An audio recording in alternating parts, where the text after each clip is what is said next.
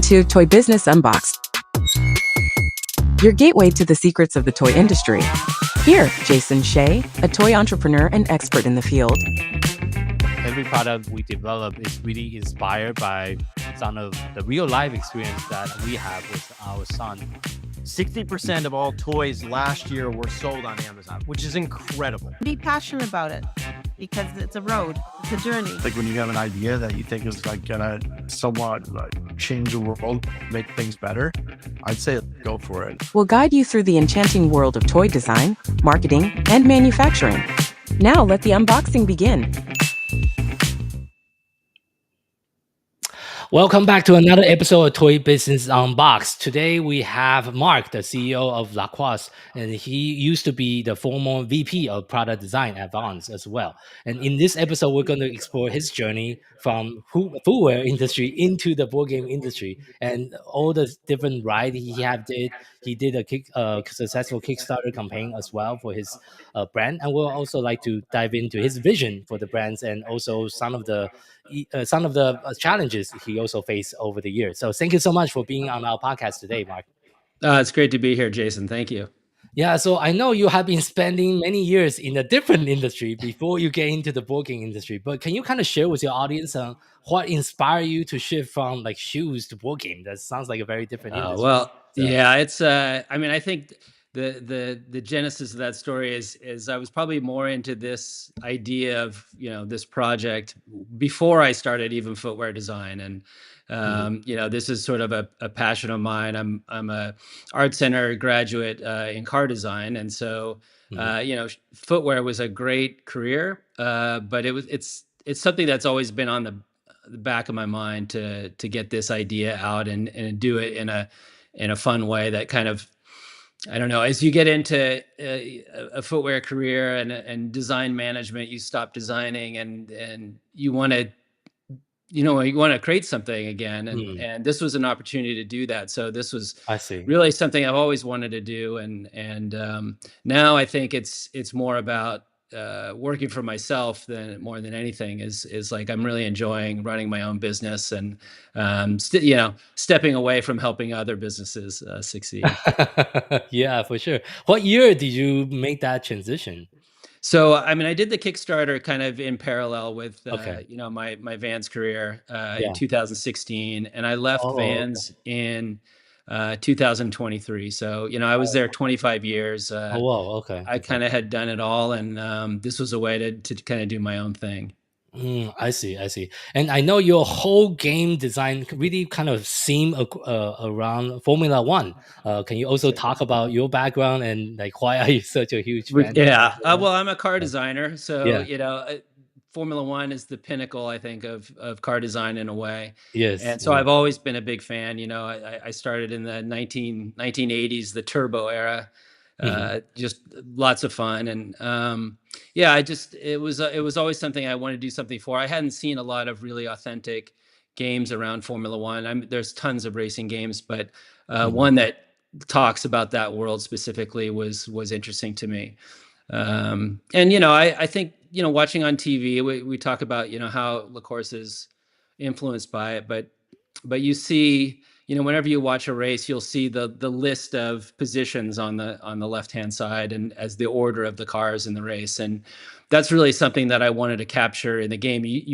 And how difficult it is to move up that chart. And I think that's what the game is all about, is recreating that simple battle for position that you see on a Formula One weekend.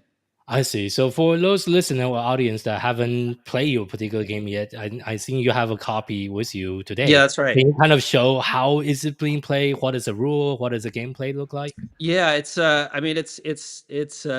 little difficult to explain sometimes, but it is quite simple, but it's novel. So and we'll talk about that probably a little bit later when we get to the app, but it's really just a simple board. And if you think about, let's see if I can show it here. It's a simple wood board. It folds out. So it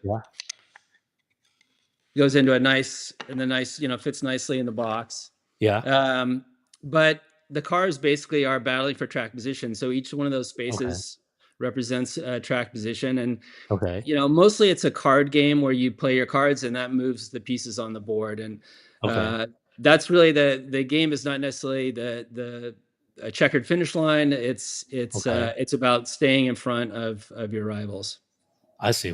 How do you win? Do you get points through the game, or Yeah, how so do you you win? play it's a quick game, so you can play in as little as 15 minutes one race, but I think it's best played as 7 races, and you get points for finishing position. So it's the old Grand Prix scoring system, 9, 6, 4, 3, 2, 1, Oh, okay, for okay. all the positions in the race. And yeah, there's 6 cars in the race, and they each get a championship point allotment for each race. So it's pretty fun over 7 races, where you have little dynamic shifts in the competitors' results. And yeah, I'll always get quite close finishes, actually.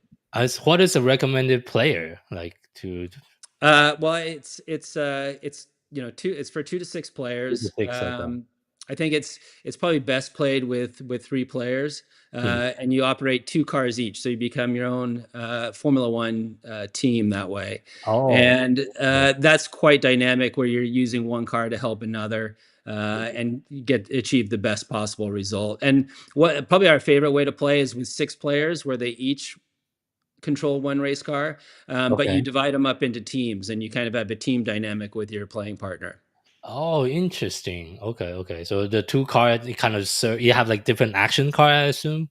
So Yeah, but it's really just a game of war, honestly, over a track position. There's ways to break from the pack and move ahead, but generally you're just trying to uh, start high for qualifying and move your way through the race and finish in first. Sometimes when you're playing with a teammate like that, you'll ask them if they can help you achieve your goal. I see. But you're also totaling up the combined points of the 2 cars. So it makes for a lot of different dynamics. You can race for teams and individual drivers, so you kind of recreate that Formula One teams and drivers championship. I see. Can you also sabotage other players? Absolutely. I mean, one of the fun parts about the game is that you're Yeah, playing head to head for every position. So I see. we were just playing last night, and I know there's a particular competitor of mine that's a little bit tougher than the rest. So I play Okay, him a little bit differently than I do the rest of the players. It's a I little bit see. like poker. You're kind of bluffing a little bit, and you're playing certain guys a little bit tougher than you would I see. the others. Yeah. I see. Okay, thank you so much for sharing that. Yeah, I would definitely want to try one of your games on tapes. I haven't Yeah. tried it Absolutely. myself yet.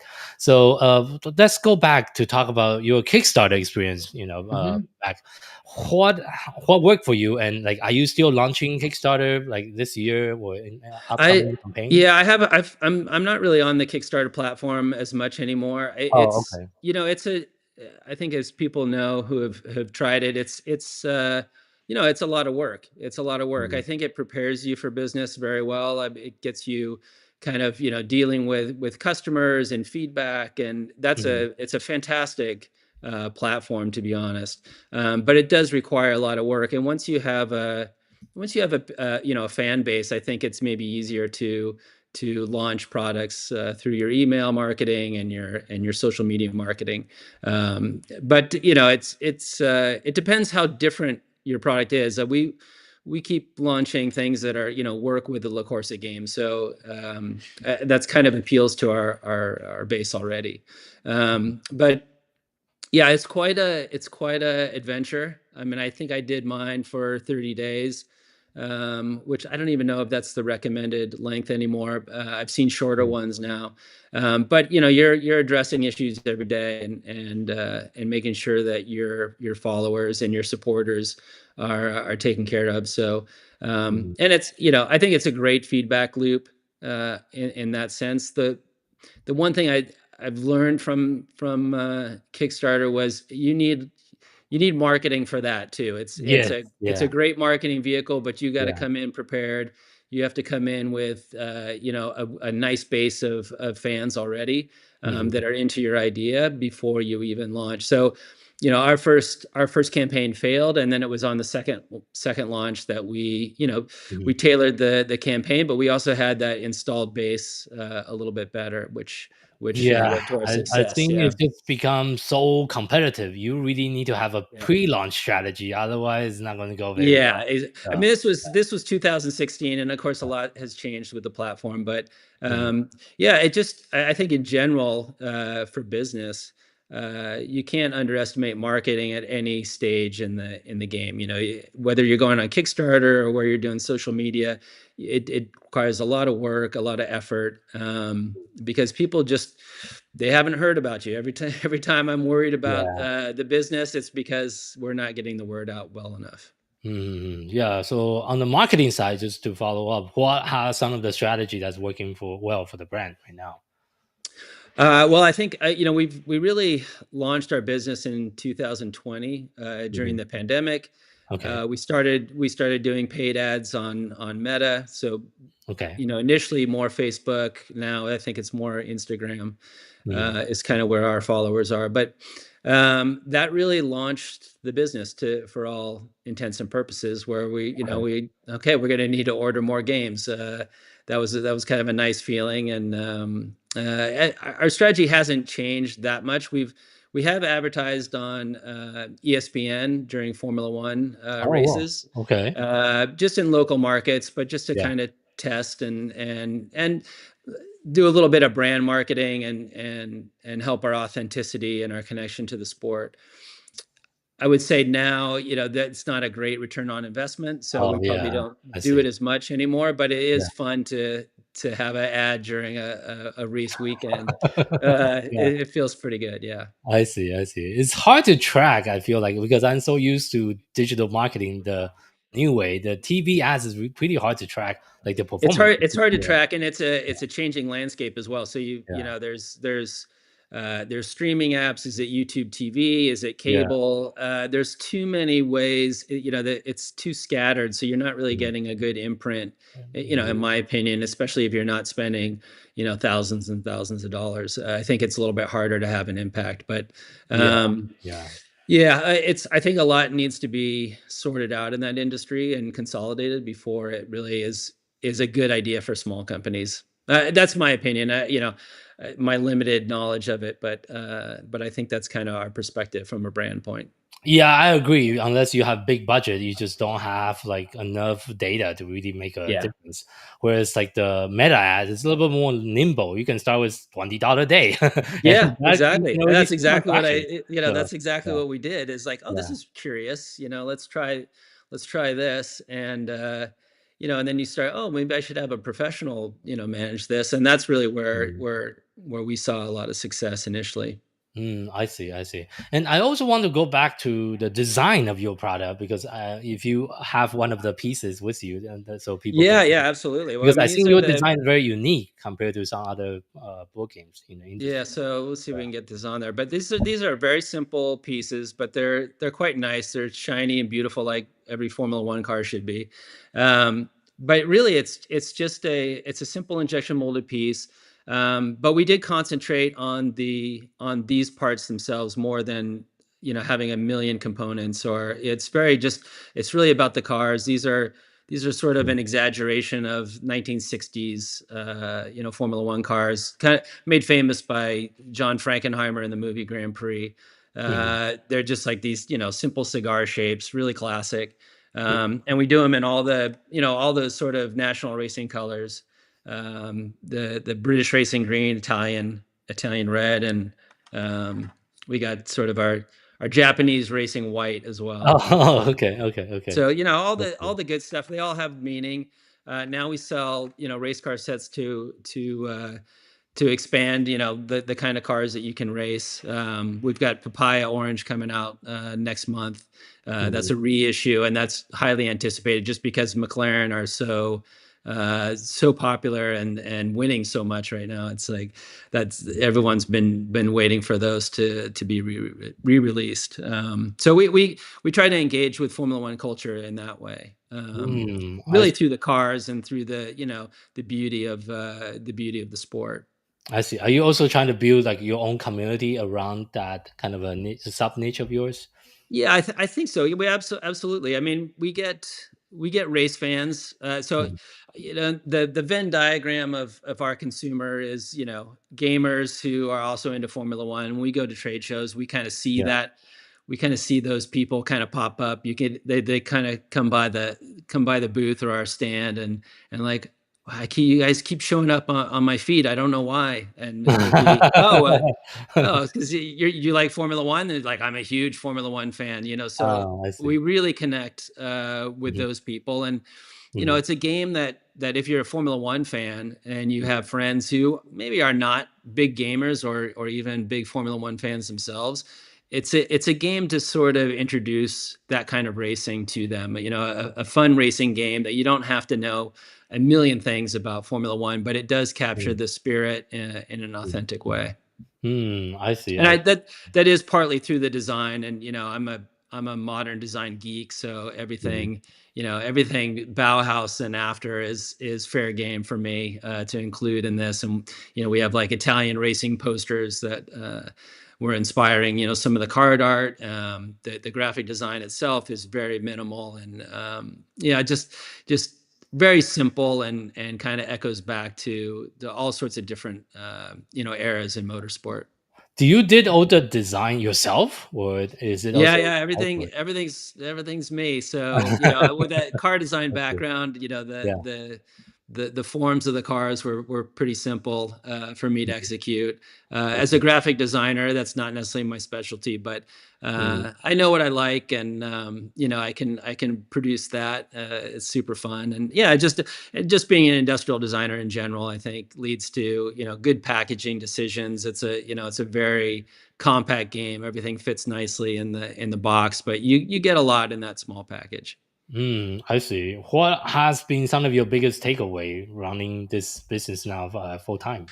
Well, it's a lot of work, and but it's super fun. I mean, it's exactly what I want to be doing with my time. There's a lot of great collaborators that are coming in the next 12 months, and really engaging with partners, and in the world of motorsport is it's a great place to be. I'm stoked to do it, and I like having fun with my friends. We do a game night, or a race night, we call them, here at the Mhm. house, and Yeah. we film it for content, and we test new rules, and make sure everything's running smoothly.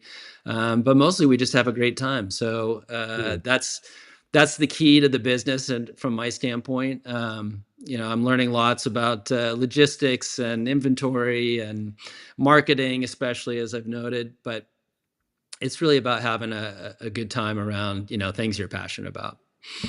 I would like to dive into a little bit more about the game night that you just mentioned, and how are you turning that into content. So, do you have the camera set up around the table? Then, what is Yeah, the most yeah, effective a little way? bit. I mean, it's Yeah. pretty casual, but we have Okay. some lighting set up, and we just get different guys every night. I mean, I think the one issue I have personally is that we've got a bunch of 50-year-old men around the table, and to Mm. do other kinds of content, I have to hire outside. But it's I it's see. nice it's nice to have a group of friends that want to be here playing, and we've got a pretty nice setup here. And my daughter will do a little bit of filming. She has a shot list that she'll go through. I mean, she's Oh, okay. she's only 16, but Oh, wow. Okay. there's a few shots that we Yeah. want and we know to get. And Mm. players' reactions and playing cards, and cars moving on the board, they all look super cool. So those are the kind of things we try to capture. But I think the main thing you want to communicate is that people are having fun playing the game, and having her take the photos allows me to have fun myself, and get that captured. Yeah, that's a very good strategy. I think that's something I would like to share and kind of encourage other people in the industry to create more content, because right now digital marketing content is really the king. Without the Yeah, content, you couldn't really do much on the market. absolutely, and it can be fun too. And with these expansions, we keep adding rules and layers, and it gets a little bit more in depth to real Formula One strategy with pit stops and accidents. But it's good to be testing all your the gameplay every week, and coming up with solutions and adding more. For each race car set, we add a house rule, essentially, Oh, as a okay. track card. So we're constant now that I need all these race car sets. We keep producing new colors. We need a new house rule, every time we launch one. So we're constantly trying to come up with something fun that adds a new wrinkle to the game. Okay, okay. And I know the one thing we talked about before the interview, you're also exploring like digital platform, like an app. Can you talk a little bit about the Yeah. mobile app you're also Yeah. Well, working on? it's not an easy process. It's a long development lead time, and a lot of not so much a challenge of building the game or making it look right. I mean, I think our graphic design lends pretty well to the way I want the game to look and feel. But we do get a lot of requests for people wanting to play the game solo, and without a little bit of intelligence to the opposition cars, it's a little difficult to write rules for that, and it becomes a little bit more random. So Yeah, an app is a great way to have just a little bit of game logic built into the AI representation and the cars that you play. But the other thing too is, because LaCorsa is novel in terms of its gameplay, people sometimes get tripped up on how to play exactly, and each of the steps to get started. mm, And an app is great because it leads you through it. It leads you through the gameplay, so you automatically will pick up how to play LaCorsa from the app, which is mhm. kind of a problem solver for our I our see. own requirements as a business. So is that going to be like a freemium model where they can download the app for free, but if they want to unlock some Yeah, special feature, they need to pay? yeah, exactly. So it'll be a free app. I don't think we'll have ads. It will be supported by race cars essentially. So you'll get the standard set of cars just like you do in the real game. But if you want to add your own, favorite team's colors and things like that, then those will be in-app purchases. So you can play the game completely without without paying, which is that's where it becomes a tool, I think, that's useful for the business. And if people, respond well to it and want to go deeper, they can. And there's some really great achievements that you can unlock, special cars and some stuff like that. So, if you get a lot of race wins, you get, something a little bit more special that you can race with in the future. One of the big complications with all these things is building a like a way to connect with friends and building a group of players that you can connect with, and that's been the trickiest part of building an app. Mm, It really is like having friends, authenticated, and everybody joining the game at the same time. Those are kind of complicated issues with apps, and that's partly the reason it's taken a while to develop. I see. And I think I talked to other guests on the show that also have like like a digital version crossover, Mm, but it's yeah. always a challenge to create that digital version of Oh of the yeah, game. I don't. So, Nothing is easy. I mean, we'll see if it really gets better with AI computing. I think that's pretty good for simple apps, but we're talking about mhm, gameplay can be complicated, and even writing uh, you know game logic for the cars for the AI cars is difficult. You really have to think through your game and know exactly how it's played and why people are good at certain things. And eventually we'll be able to build different characters and driving mhm, styles for the different AI players. For now, we're just happy that it kind of knows how to play the game and play the appropriate mhm. card at the right time. Yeah. I see. And for our listener that's also interested to have like a digital like version of their games, where do you start? Do you just first reach out to freelancer that can do app development, or how do you start? Yeah, well, I mean, we started with friends of the game who are Okay. programmers, Okay. and they were doing it as a side project, which was awesome, and they were great guys, but we just weren't making progress fast enough. Oh, okay. You really do need to, in my opinion, you need to hire some professionals that know how to spend a lot of time on your app, and you're going to pay them accordingly, unfortunately. But Yeah. I think it's worth it if you really want a nice product at the end. Mhm. And so you have to go with recommendations, and we found someone another contact, and it's working out great. So we're still maybe a couple months away from introducing it, but we're very excited. I think we'll have a good product when we launch. I see. How long is this process? 6 months, 9 months? How long does Well, it take? yeah, they always say it's going to be 6 months, but Yeah. it's like building a house. I think it's Mm. it's usually about double what you think Oh, it's going to take. So yeah, I think we're about a year into it now. oh, We're whoa. Okay. very Okay. close. Okay. But Okay. every game is going to have its novel problem that needs to be solved for the developer. Mm. For ours, the gameplay wasn't too bad. The logic was a little bit trickier. Oh, logic. uh, Okay. Yeah. and in general, like it's really about, if you want to create groups of people that can play together regularly, then and not just against AI, but actually match make Yeah. against other people that are out there. That's a little bit more intensive. Yeah. Okay. Okay. Okay. So you're looking beyond.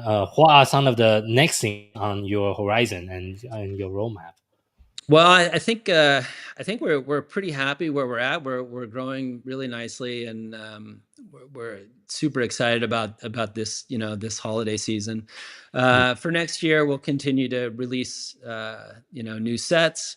I think eventually I'd like to take some of the expansion rules and put them into a basic core game as well. Oh, okay. Yeah. Maybe concentrate on a different era of racing. We some time ago we made 3D printed 70s cars, Mm. which were very popular, and I think a different version of the game that maybe is a little bit, has crashes and pit stops to begin with, would Mm. be good as an introductory set with around a different kind of theme, race car theme, also Formula One, but just a different period. There's so many great periods. I find that every race fan has their, I love, I love the Group C cars from the 80s, Mhm. in endurance racing. So there's a lot of options to take this gameplay and apply it to, similar but different genres of racing. And that I think for now that's exciting enough.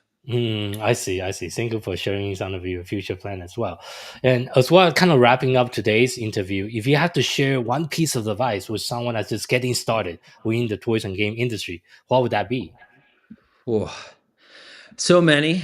I've mentioned marketing quite a bit. Don't ever underestimate it. It's absolutely key to your business. You just have to be patient. I think it's true what they say in terms of, you know, uh, building your business. It really is just step by step. As you learn something every day, you're improving in every aspect of it, and what you build, you continue to build on top of. So it's a Mm. layered process. You get your website working well, then you're layering on marketing, Yeah, you're yeah, layering on yeah, yeah, logistics.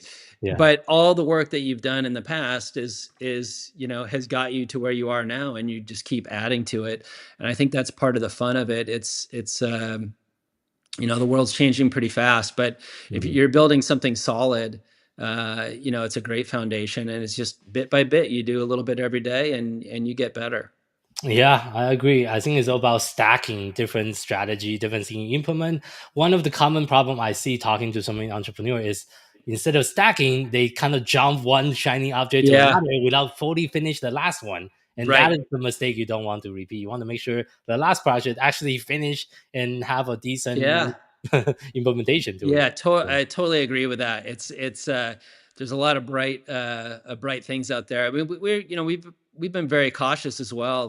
Like, just like, we're not on Amazon. We're just direct to consumer. We do stuff with Uncommon Goods, and we're on fairs, so people can, small game shops and the like can buy us, for wholesale pricing. Mm, But we don't really want to get too far ahead of ourselves too quickly. mhm, We're building a very steady business, and step by step, I think we continue to see awesome results, but we don't really want to quite jump ahead. I've seen you probably have too, Jason, where mm, someone will get a big contract with a Target or something like that, and mm. those are risky days. You're risking it all to kind of fall through on that. If they Yeah, if yeah. they withdraw their order, or they you have another issue like that, you could be in real trouble. So it's better to build a strong foundation and just add things, step by step. Step by step, for sure, for sure. And thank you so much for your time today, sharing your story, your knowledge, your wisdom, and your journey within the toys and game industry. Hey, thanks so much, Jason. Yeah, great to talk to you again. And for our listeners, thank you so much for tuning in to this episode of Toy Business Unboxed podcast. We hope you have enjoyed today's conversation and find it insightful and inspiring. If you like what you have heard, be sure to subscribe to our podcast on your favorite platform so you never miss an episode. We really appreciate your support and would love it if you can leave us a review and share the podcast with your friend and colleague. For more resource tips and the latest update within the toys and game industry, visit our website at toys-launch.com. Join the conversation and connect with us on social media using hashtag ToyBusinessUnbox. We'd love to hear your feedback and suggestion for future episodes. Until next time, keep innovating, keep creating, keep bringing joys to toys. This is Jason Shea signing off on the Toy Business Unboxed podcast. We'll see you in the next episode. Thank you so much, everyone.